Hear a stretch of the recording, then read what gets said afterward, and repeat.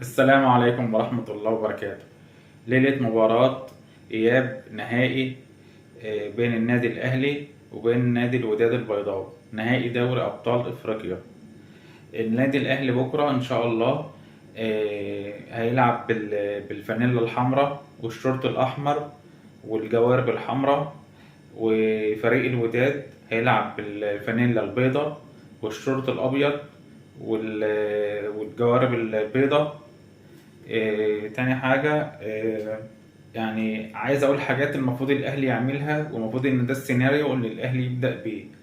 الأهلي طبعا لازم يعني إن هو في أول ربع ساعة أو نص ساعة يعني يبدأ إن هو يهاجم نادي الوداد البيضاوي، ولازم النادي الأهلي يجيب جون في أول نص ساعة من زمن الشوط الأول، أو أول نص ساعة من عمر المباراة، لأن جون في النادي الوداد في المغرب هيقلب الموازين وهيقلب الماتش كله، وهيخلي فريق الوداد البيضاوي يرجع يعني يهاجم زيادة عن اللزوم، وهيبقى في ثغرات في خط الدفاع ورا، وكده النادي الأهلي ممكن يجيب الجون التاني كمان. يعني اتمنى ان ده السيناريو اللي يلعب بيه النادي الاهلي امام نادي الوداد البيضاوي في اول نص ساعه. وطبعا يعني اتمنى من النادي الاهلي ان هو يعني يلعب بكهربا في خط الهجوم، ما يستغناش عن كهربا. هو شريف كويس برضه، بس انا اتمنى ان كهربا هو اللي يلعب يعني. وطبعا حسين الشحات يلعب ده اساسي، وبيرسي تاو وعلي معلول. الماتش دوت ما ينفعش علي معلول يقعد فيه. الماتش ده اساسا هو بتاع علي معلول. هو طبعا كان مش معنى ان هو علي معلول ان هو عمل غلطة صغيرة او غلطة يعني بهدف ان احنا يعني ايه خلاص ان احنا نمسك عليه. لا، اي لاعب في العالم بيغلط وعادي، مش مشكلة. يعني احنا كجماهير النادي الاهلي عادي، مش زعلانين من علي معلول في حاجة، عادي. تاني حاجة، يعني حذري من الضربات الثابتة، و يعني اللي هي الضربات الثابتة والعرضيات.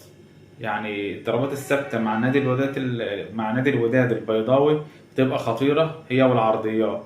لأن احنا شفنا العرضيات في مباراة أمام صن داونز الأخيرة، كانت العرضيات كلها كانت خطيرة جدا جدا.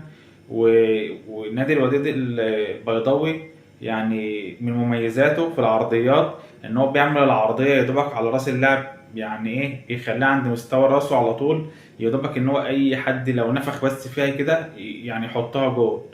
فالعرضيات حاجه يعني نحاول ان احنا يعني نخلي العرضيات قليله على قد ما نقدر، والكرات الثابته حذري برضو من الكرات الثابته، والفاولات اللي هتبقى يعني حوالين منطقة الجزاء. نحاول ان احنا ما نعملش فاولات حوالين منطقة الجزاء على حدود منطقة ال 18.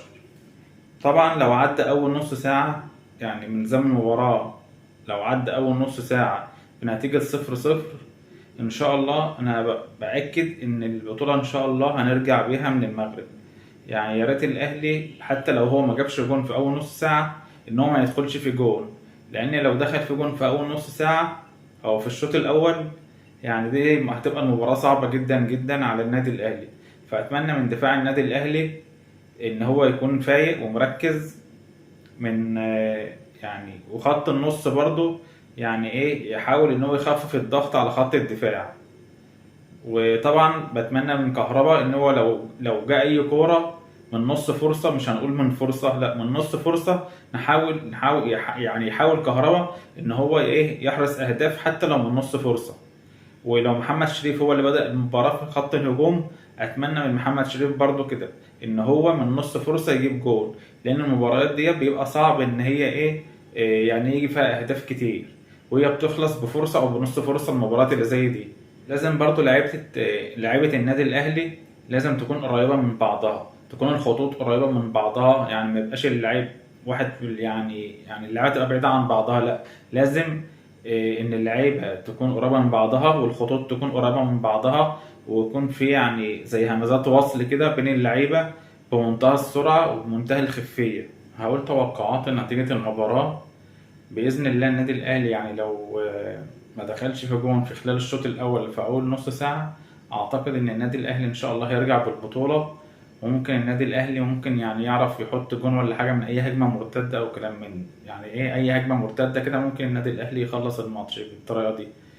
لكن لو نادي الوداد جاب جون اعتقد ان الدنيا كلها هتتكهرب، وان الماتش هيكون فيه عصبية بين الفريقين. و... وممكن يعني نادي الوداد يعني يجيب ممكن كمان جون تاني، بس ممكن يعني الاهلي يحط جون، فممكن النتيجة تخلص 2-1. وممكن ان هما يروحوا ايه لوقت اضافي، وبعد كده لو محدش جاب جون في الوقت الاضافي ممكن طبعا زي ما احنا عارفين ان هما ايه هيروحوا لركلات الترجيح. لكن انا اتمنى ان النادي الاهلي يحاول يخلص الماتش من البداية، يجيب جون في الشوط الاول على الاقل، علشان يقطع يعني ان هو يعني ايه ان هو يخلص المباراة زي ما بنقول كده. النادي الاهلي لو جاب جون في المغرب اعتقد ان هيبقى النتيجة كده صعبة جدا جدا ان النادي الاهلي يخسر الماتش ده. لو النادي الاهلي كسب يعني جاب جون في اول الشوط الاول، او مثلا خلال الشوط الاول كله. يا رب ان شاء الله النادي الاهلي يرجع بالكاس. وديت كانت يعني توقعات نتيجة المباراة. وبهنا نوصل لنهاية الحلقة، والسلام عليكم ورحمة الله وبركاته.